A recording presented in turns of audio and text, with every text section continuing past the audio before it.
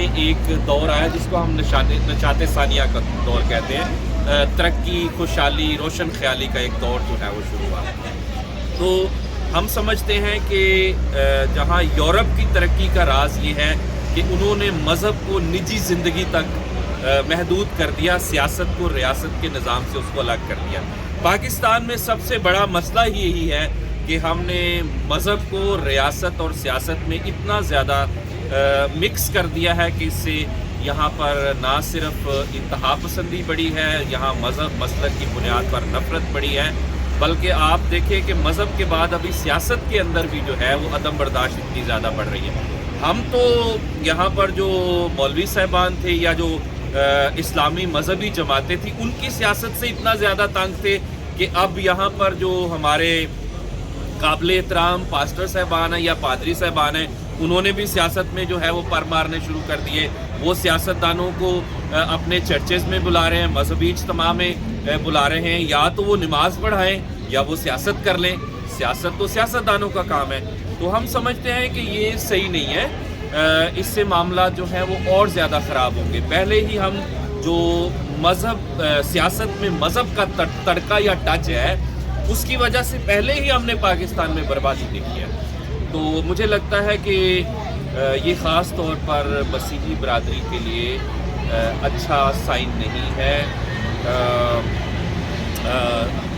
جو التار ہے یا جو چرچ ہے یا جو مذہبی عبادت گاہ ہے اس کا ایک تقدس ہے، تو اس کا بھی یہ تقاضا ہے کہ جو سیاست ہے اس کو چرچ سے عبادت گاہوں سے باہر رکھا جائے. اچھا سر، ایک کوشچن ہے کہ جب بھی الیکشن قریب آتے ہیں تمام پاسبانوں کا جو روٹین کے مطابق سوال ہوتا ہے جی میرے چرچ میں اتنے لوگ ہیں، آپ میرے چرچ میں کیا دیتے ہیں؟ بلیسنگ کے طور پہ مجھے پنکھے چاہیے، اے سی چاہیے، بلڈنگ چاہیے. کیا ایسا ہونا چاہیے اگر چرچ نہیں ہوں گے یا الیکشن نہیں ہوں گے تو یہ تمام چیزیں یہ کن سے مانگیں گے؟ یہ تو مفادات ہے.